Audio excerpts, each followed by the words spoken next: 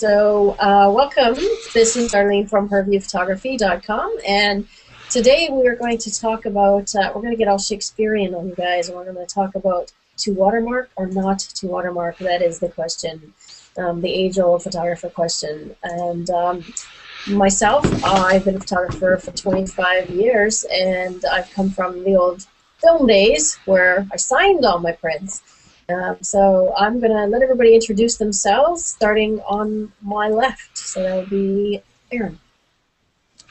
All right. Hi there. Thank you. So I'm a photographer as well. I currently do it part-time professionally in addition to a day job that's totally unrelated to photography. Done it for a hobby for about, I don't know, a dozen years or so, and professionally part-time for about 4 years now. My take on watermarking is that I don't do it, and I look forward to chatting a little bit more about that here. Cool.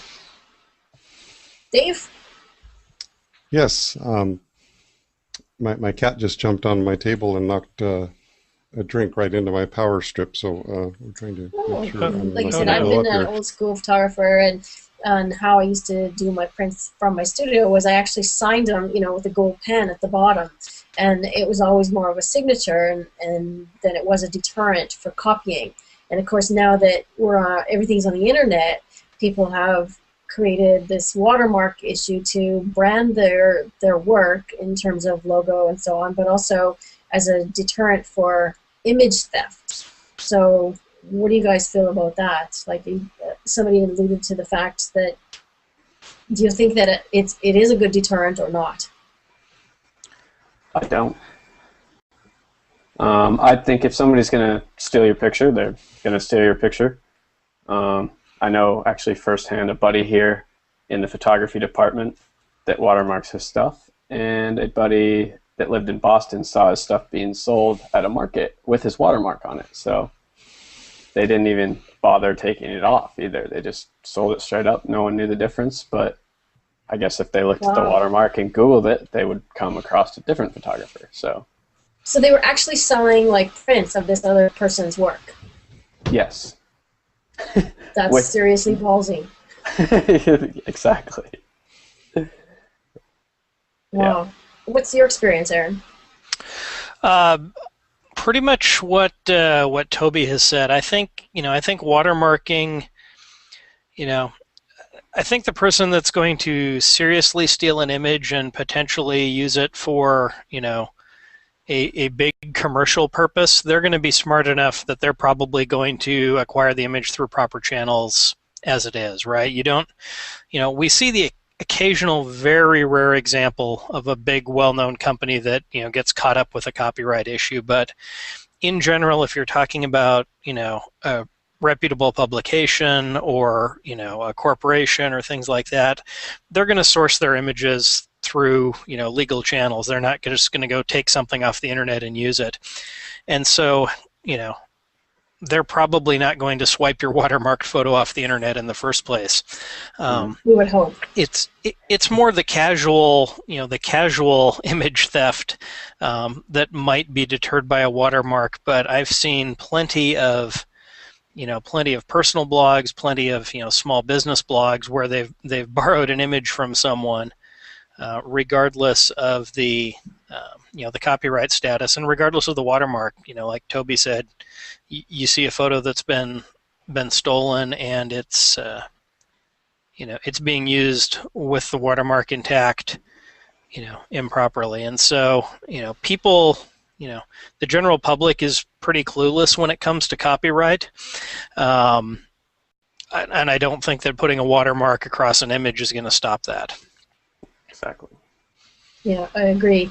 And what about for somebody who is an amateur photographer, say, that doesn't necessarily make their living from it? Because I teach photography, and I know you teach stuff as well, Aaron, what is your advice, Dave, for somebody who's just starting out? Like, do you think they should put a watermark on or not even bother? Like, what do you do? Unless they have something that's really artistic and like you said, that gold signature, I think more likely than not they'll just draw people's attention away from the photo and probably lessen its impact. So I think if your point is trying to protect yourself, there are better ways to protect yourself against improper use. But people are going to take care of it. What's that? Can you give an example of that? Like, what would you do to protect your images? Well, at least in the United States, I would want to make sure that I register with the Copyright Office. If you do it within 90 days of publishing, and these days, posting anything on Google Plus or wherever is considered publishing. If you do discover that later that someone has improperly used it, you can go after not only just actual damages, you can go after statutory damages, which can be quite a few thousand more dollars if people are using it improperly. I know. I mean, I don't publish enough at this point to have worried about that too much. But I know just even recently, Trey Ratcliffe had something put into one of the big newspapers in Australia, and say, they're saying, oh, just photos from some of our readers, and but used definitely without permission, and since all that stuff's been registered, they'll be the lawyers are talking, I believe. I'm sure, yeah, that was a big brouhaha a couple weeks ago, and I think because of who Trey is and the number of followers he has, it obviously got back to him, because he doesn't live in Australia and he didn't see it, but somebody sent it back to him.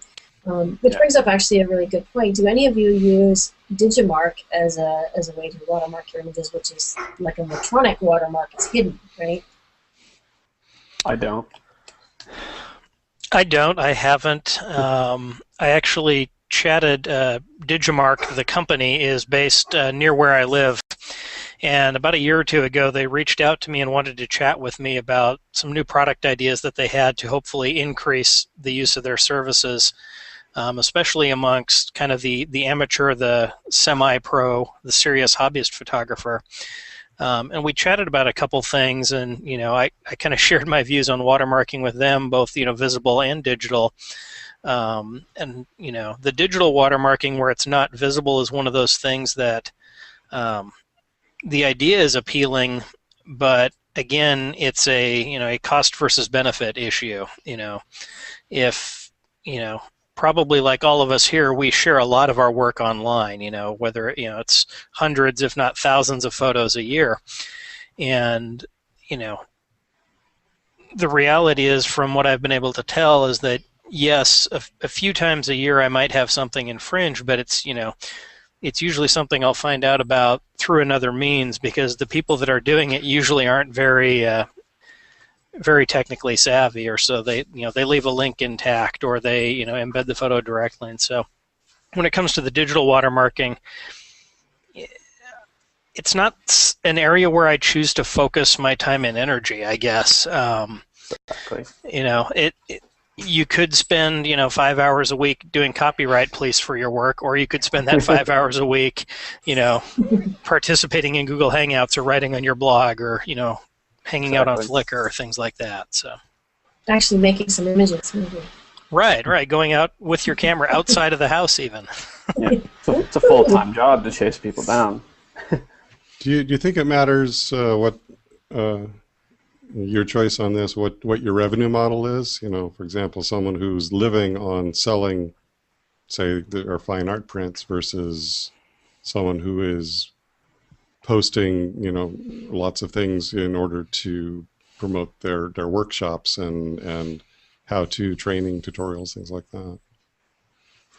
I mean, that's a good question, because that's what Aaron and I do. But I mean, I personally I have a pin button on my site. I would like people to pin my images, because you're right, I want them to come back to my site if they're interested in the content that I'm writing about, which is workshops and tutorials and things, right? I don't want them to necessarily take my image and use it on their own blog and claim that it's theirs, or go start selling art prints. I mean, that's not really fair. But I also agree with Aaron. How much of your time and effort do you want to spend looking for your images and tracking them down on the internet, and then go chasing those people to try and get a couple of bucks back from them? Is the effort worth what you get, you know, the result, right? Yeah. And I think that's part of what you need to look at because, you know, like you were mentioning, it's different based on your revenue model. And if, you know, if licensing your photos out is a primary part of your revenue model, then you're probably more interested in that revenue. But when I look at the types of places that I've seen infringe photos online, it's very often, you know, a small business blog, you know, so it's a local business in a local town that's really only aiming for a local audience. And so you find that they infringed your photo. Well, how much would you have really charged them to license that photo in the first place? You know, this is probably not a 4 or 5 figure licensing fee. Yeah. And so, you know, great, you found them. Maybe you're going to get, you know, $50 or $100 or maybe a few $100s out of it, depending on what they wanted to use it for. But you know, I guess that's kind of where I'm at. Yeah, exactly. Toby, I mean, you said you were thinking about putting on watermarks more as a signature base, or like, what's your thought around if you're going to put them on your images? How are you going to do that, and what's your goal there? I've been in between. I think I won't put them on the image visibly, is if I don't come up with, you know, like a logo or a brand or an identity that I'm really happy with, that I want to like promote. But I do, you know, like especially with Facebook, I mean, I'm on it every day. I see it, and I see all these big pages that post your stuff with your images. And if you do have a watermark, and they are stealing your images, in a way, your name is on there. So, you know, those pictures get 3,000+ likes all the time. So that's 3,000 people that see that image, but also see your name. And some people might, you know, now that they've seen that name on the image, because those pages aren't going to put your name in the description, because they just steal it and call it theirs. So in a way, that's why I'm on the edge, is kind of like, well, people do see it, and they might even, you know, follow it back, you know, Google it or find you elsewhere. But then what I will eventually start doing is start hiding it in there, you know, kind of putting it in a spot where it's not visible. No one would see it unless if they're like looking really hard for it. But like if it was stolen and somebody tried to say like, oh no, this is mine, and I could just be like, well, if you look right there, that's my name. Look really closely, like it's there, and then they'll be like, oh crap. But then it kind of goes back to what Dave was saying, that, I mean, it's maybe different for me because I'm in Canada, and the law's slightly different here. We don't have the copyright registration that you guys have. It goes back to what Dave was saying about registering your image at the Copyright Office, right? So let's say somebody takes your image, Toby, and you find that you have your little watermark on it, and you go back to them and you say, hey, look, no, this is mine. But if you haven't registered it, it makes it harder to prove in, you know, the eyes of the court, right? Yeah, you know, yeah, it definitely makes it harder, and I mean, it depends on the company. I mean, I know people who make, you know, a couple $1,000s extra a year by just, you know, people stealing their images, and they'll just send an invoice. They don't even really, you know, go after them like social media wise, like some people do, like attack them. But they'll just straight up send them an invoice, and most of the time they pay the invoice because they realize like, uh-oh, like, all right, if I don't pay this, like, then it's just going to be a bigger deal. And so most of the time the people that will get, depending on the company, I mean, if it's a company that can afford to pay it, they stole it, they realized what they did, they get an invoice that's reasonable, they'll pay it, and just, you know, 3 months later they'll take the image down and do something else. Yeah. I mean, somebody said that, I think Aaron said that the general public doesn't have any idea over copyright. And I think that's fair of copyright or for anything, nor do they really have respect for it. I mean, how many people pirate movies? How many people, you know, pirate Photoshop, for example? That's actually one of my biggest pet peeves, is photographers that pirate Photoshop, but yet they complain about people stealing their images, and yet they steal Adobe, right? Right. That's a good point. It's kind of fun. If you want something hilarious, go to YouTube. And on YouTube, do a search for the phrase "no copyright intended." And as of about a year ago, that returned something like 2.5 million hits of videos where people have pirated either the video or the music and then shared it, knowing that they're probably doing something wrong enough that they've put the term "no copyright intended" in their video description, but they really just don't have any understanding of how copyright works. And so, you know, I don't know what the long-term solution it is. I mean, I think if you guys are like me, you know, we all do our best to help educate people we run into a little bit at a time on different copyright issues. Definitely. But I don't know, you know, I don't know that putting a watermark across a photo, you know, is a big help there. And, you know, and Toby's talking about doing something pretty discreet on his photos. It's one of those things where, you know, I'm not super militantly anti-watermarking for everybody. It's one of those things that, you know, there are people that can do it in a very tasteful and in a very discreet way where it doesn't detract from the image. And it's one of those things where you look at the photo and you don't really notice it unless you go look for it.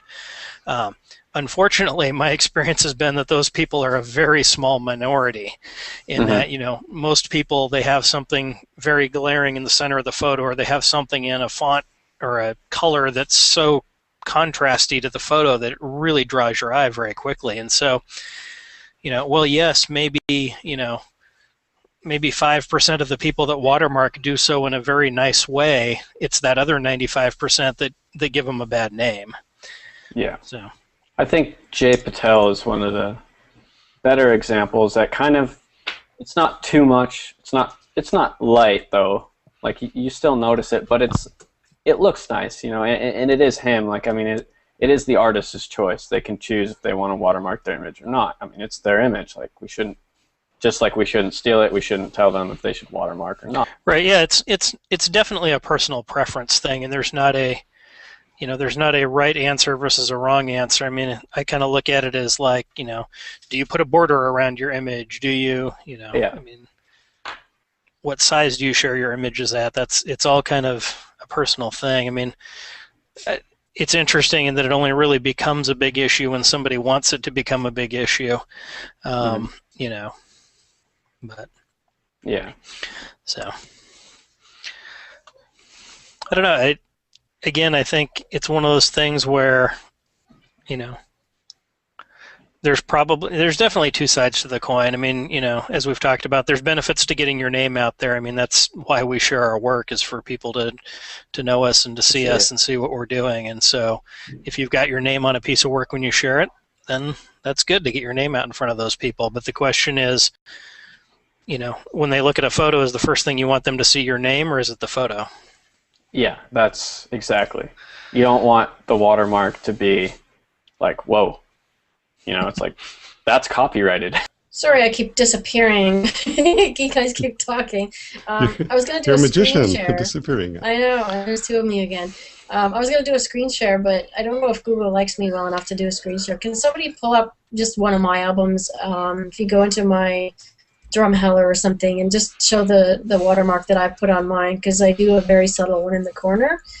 And I'm actually going to do a tutorial on my site later this week to show people how I do it. Yeah, there we go.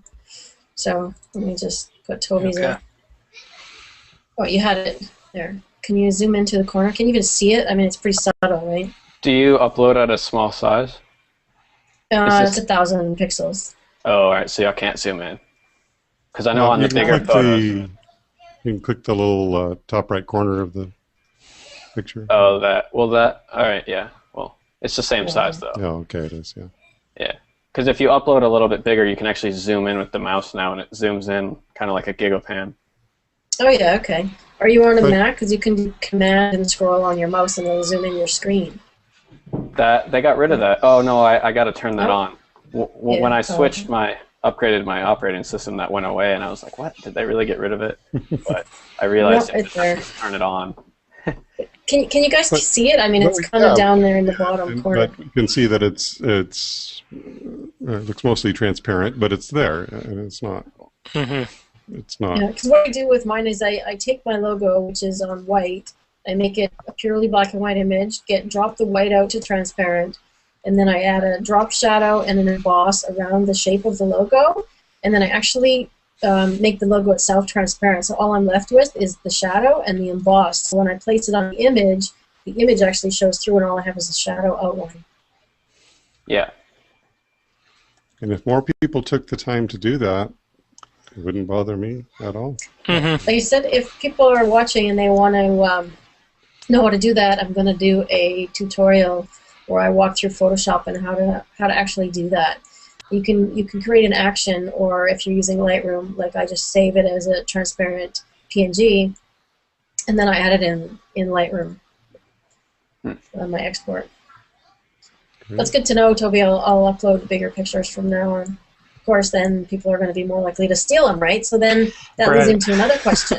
There's another question. How big do we put on the internet? Because if we make them too big, I mean, obviously, like Trey puts massive images on his site, and clearly his images are being used, right, by newspapers, right? So what size is appropriate for, say, Facebook or Google Plus for social media? What do you guys use? I upload to social networks at 19 by 20 on the longest side. And that is just because I want people, if they are going to use my photo on their desktop, you know, they can download one or take one that at least looks good. If they share it or take it for their cover photo, it at least looks good. Because I don't want, you know, people are going to steal. I mean, there's no stopping that. No one can stop that. So if they're going to steal, I at least want something that looks good enough. They could probably print a small print, but you know, if they want to purchase a print from me, they'll purchase a print from me. I mean, that's what it comes down to. If they want to steal it and print it themselves, they're going to steal it and print it themselves, even if it's low quality. So and the odds are if they want a nice print, you know, I mean, if they want something that's, you know, a 16 by 20 or a, you know, even an 8 by 10 or something like that, if they take that web resolution image, even at 1920, and try and blow that up to a 16 by 20 print, that's, you know, they're not going to be real happy with that. Yeah. So yeah, I share photos about the same size. I usually share them actually at 2048 pixels, which again, kind of arbitrary, but it's big enough to use for the wallpapers, and I believe that's the maximum size, at least when Google Plus started. If you shared up to 2048 pixels, it didn't count against your disk space allocation for free storage with Picasa, I believe. If you went bigger than that, it kind of ate against, you know, the however many gigabytes you get for free or whatever, but up to that size it didn't, and so I figured that was a good size. And again, you know, and again with the watermark, right? It's, you know, there's kind of two issues, like with the watermarks, and then, you know, one of them leads into the image sizing. Is, you know, there's the branding issue, and then there's the image theft issue, you know, and they're really, you know, when you're putting that, you know, when you put a small watermark down in the corner like Darlene has, you know, it probably deters some theft, but if somebody were really, you know, really interested, they could always crop that out too, right? You know. Yeah, and we see that all the time. We're just like, oh, they definitely cropped out that watermark because I know that he watermarks you know, that person watermarks their image.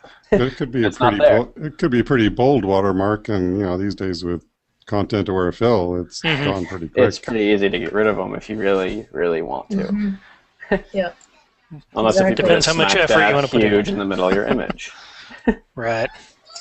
So. Well, I know I kind of popped out for a while there. Did you guys mention that? Because I've seen people where, yeah, this is their image, and the C is literally, you know, copyright this big right across the middle, or their name or big logo right across the middle. Especially if they're trying to, like, I've seen that on preview sites where they're trying to sell clients, you know, a portrait or something, and it's like right across their face. And for me, that's not really helping anybody choose their images. Like the site that I use to host is Zenfolio, and I think you use SmugMug, right, Toby? Yep. So do they do something similar? Like with Zenfolio, I can either add a watermark that is on my images, and then it goes on, you know, uploads the full res version, or I can leave it off and then actually upload my logo that gets overlaid only on the screen version, so that when they order the print, it's not on there. Is that an option with SmugMug? I think, but I yes, haven't. Definitely. I haven't looked because I don't do it. Right. Yeah, that is an option cool. with their pro and their business accounts, is to do the watermark, and it works the same way. It only shows on the screen, but they have the the unaltered original for prints or products. Yeah, and you can even do that through 500px actually. You can upload one size and then you upload the full res that would get bought. Okay. And one could be watermarked and one might not. Now, what about sites like Flickr? I mean, Flickr is, in bed, shall we say, with Getty, so you can have potentially stock image sales from Flickr, and do they want to see watermarks on there, or does it make a difference? Like, is any of you guys really active on Flickr anymore? I know I'm not.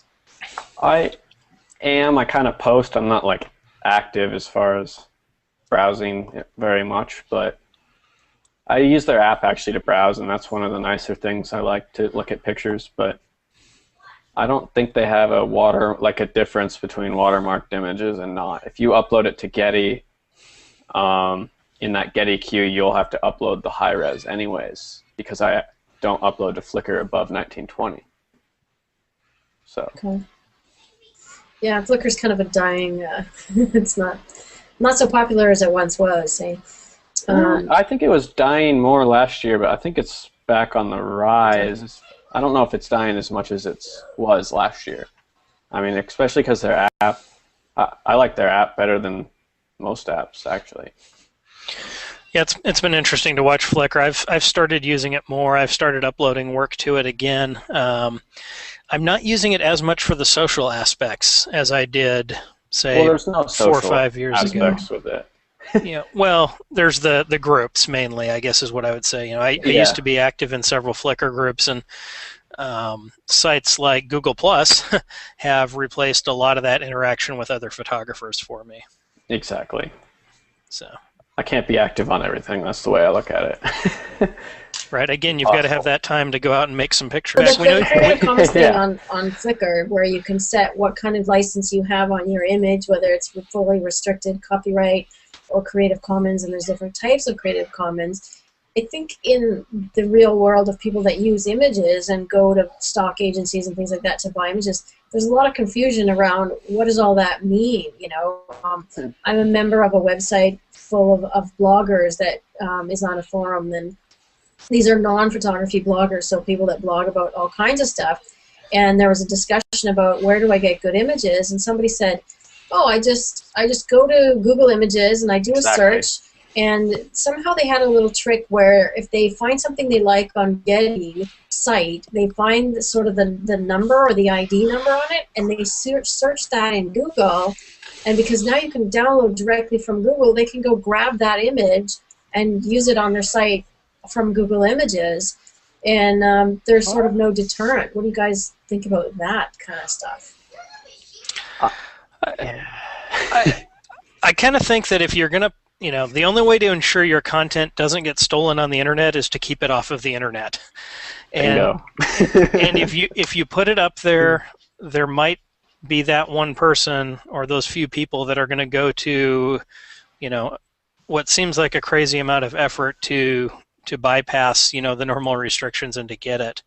I think thankfully that there's enough manual work involved. I mean, it sounds like this is not an easy or automatic process you're talking about, that it keeps the honest people honest, and again, along with trying to better educate people about how copyright works, I'm fairly involved in the blogging community as well, and this discussion comes up every once in a while. It's like, no, just because you found it on the internet, it's not okay to take it. I know people that will go to Flickr and they'll go to the advanced search, because with the advanced search you can search by license, and you can search for only Creative Commons licensed images, for example. And so I know some folks that are for lack of a better term, serious or professional bloggers. These are people that are doing blogs and online publishing as part of their job, and they're smart enough to do that. They'll do an advanced search, so that if they need a photo of a telephone, they'll go search for a photo of a telephone only amongst the Creative Commons. And these are the people that are smart enough to correctly apply attribution and things like that. But you're right. I think 80%, if not more, of the general public doesn't even realize that licensing is there. Yeah, and the people who do it, do it probably because they got in trouble before. Right. Yeah. At some point, they learned it's because of us. We saw them use one of our images and got mad, or they had some big lawsuit, and then they realized that it existed. And most people realize that exists because of it. Yeah. Even those who do search by Creative Commons may not understand the distinction between non-commercial or right. And so, and I'm sure a lot of bloggers go out and use images. They think, oh, this is Creative Commons, I can use it. But they're monetizing their blog with ads. Have you had experienced that with any of your photos, or that maybe you are seen it's Creative Commons, but it's non-commercial and used improperly? I had an interesting scenario with a Creative Commons non-commercial photo that was used by a restaurant review magazine website in Austin. Not too long ago, and they took a photo of a restaurant, a room inside a restaurant that I'd shared on Flickr, and they used it on their site in their restaurant review. And I contacted them and I said, "Hey, I saw that you used this photo. You're using it outside the terms of the license that I have it under." And basically, I requested payment for the use of the photo, and they came back and said, well, they didn't think it was a commercial use because they weren't selling the image in any way, even though it's their website where they have advertising all around. There's people obviously paying to be on the website and things like that. And so until commercial use gets a little better defined, that's going to be a fuzzy area. Yeah. Well, I had an interesting scenario as well, because I work part-time at a camera store, and we have a large format printer, and people send in stuff online, and the lady prints it out, and they come and get it, right? And I go out front, and she's making this print, and guess what's coming out of the printer? It's one of Trey's images. It's one of his Japanese pagoda images, right? And I recognize it as Trey's. They're pretty distinctive, right? Yeah. And so I said to her, I go, where'd you get this from, right? Who's printing this? And she said, well, somebody sent it in, and apparently it was somebody that was a staff member at one of our stores, right? So what I did was I told her, I said that I'm pretty sure that this image is copyright. I know that he does Creative Commons, but I don't think this is within the scope of that. Yeah. And so I actually I got in touch with him on Google+, and I actually heard from his copyright guy or his licensing guy, and from Trey himself, and I got two different answers. I actually got from the copyright guy, he said, no, that shouldn't be happening. And Trey said, oh, well, go ahead with it this time, but, tell him not to do it again, kind of thing, right?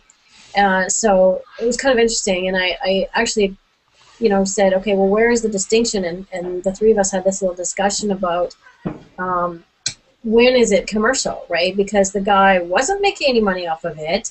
However, we were, because we're printing it. So the store is printing it, and we're charging for the print. So therefore, is that a commercial endeavor, right? He's not.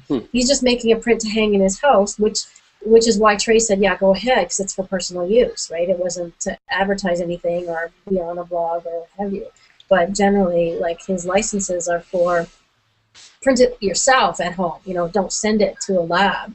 And we could take it crazy far and go, okay, well, the Epson is benefiting because I'm printing it and I'm buying their ink. So, how far do we go, right? Yeah, that's one of those uncontrollable things, I feel like, in a way. But yeah, because that's what I think. I think it was more of a lucky thing, like, oh, I know this photo type of thing. And I know that, like, when I see images stolen, I'll be like I've seen Trey's pop up in a couple places, and I've messaged him, and it's just, I didn't even hear from him, probably because he was just like, it's one of those, well, whatever. He's not going to benefit anything from going after them. Right. However, when his stuff showed up in the newspaper in Australia, that was a different... Well, eventually, right. Eventually those 1 and 2 images here and there will add up, and when you've put as much work out into the world as Trey has, and full res. and full res, and with, you know, I think he has something like 8 million followers across social networks. You know, if even, you know, 0.5% of those people are infringing every once in a while, that's still probably, you know, thousands of infringements per year. Yeah. So, but it's kind of a bait in a way. It's like you can't stop it, so it's like, you know, you let it happen as much as it can, because the bigger you do get, you are going to get some big companies who take it on accident, and you will come up in a way if you go after them. So, I mean, it's almost like you're baiting. You're just, you know, you're throwing the bait in the water, and you might, you know, you're not going to catch a fish every time, but sometimes you catch a big fish. Right. Yeah. I mean, and it depends on who, you know, who the infringer is, right? I mean, if Toyota, you know, or Coca-Cola infringes on your image, it's very different than if, you know, some personal blogger did, or even, you know, a small local business. So yeah. Well, and the thing about the newspaper, I guess, that everybody is so pissed off about is that they should know better, you know, about copyright and photo use. Really. Yeah, that is, a newspaper, it's one of those, and that's probably why Trey made it a bigger deal than it was. I mean, because Trey probably could have just sent them an invoice and be like, you use my image pretty largely, and I want to be paid because that's what you do.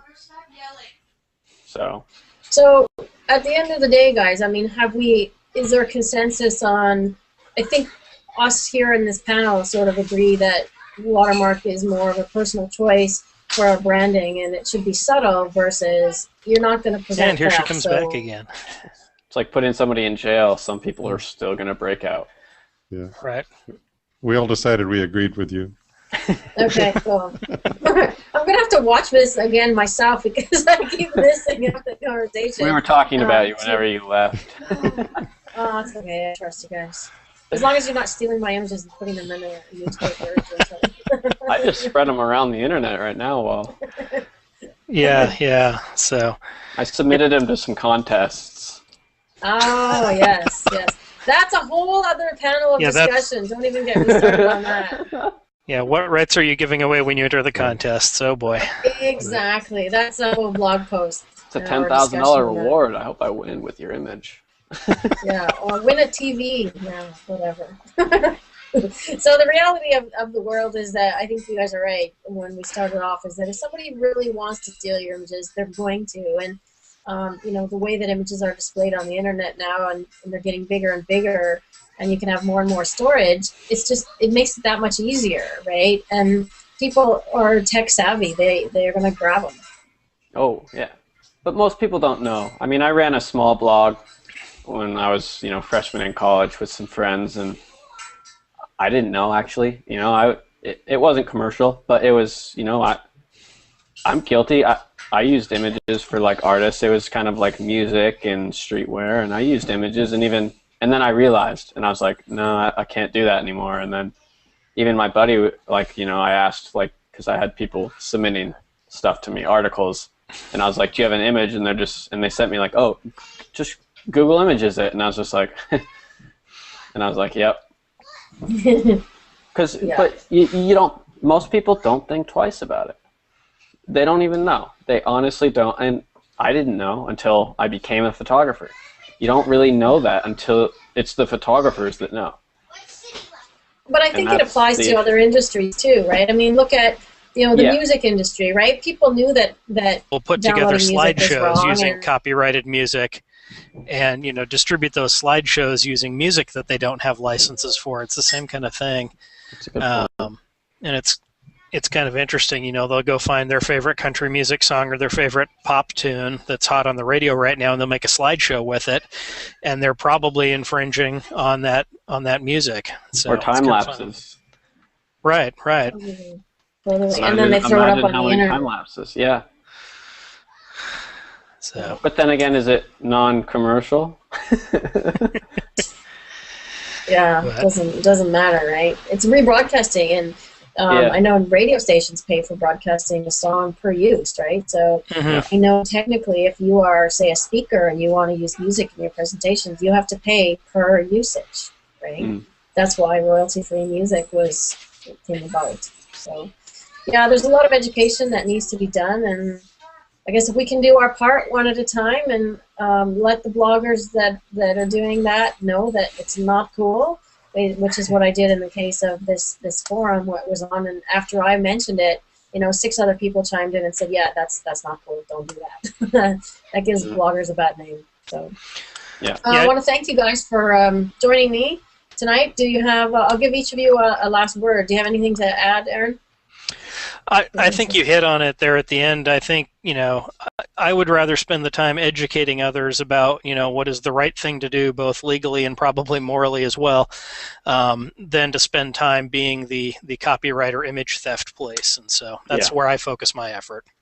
Yeah, I agree with that. And I enjoy being able to have that chance to talk to a college student level and just discuss these issues and try to catch them at that point, because a lot of them are the ones that are infringing. And we'll all go home and use our properly registered versions of Photoshop, right, guys? Yes. My school gives us the whole suite well, for free, thank you guys. so. I keep popping it out, so I'm going to end here before I push my luck and the Google gods have struck. Right? So thanks everybody for joining me tonight. Yeah, thank Thanks you. for having us. Thank you. All right.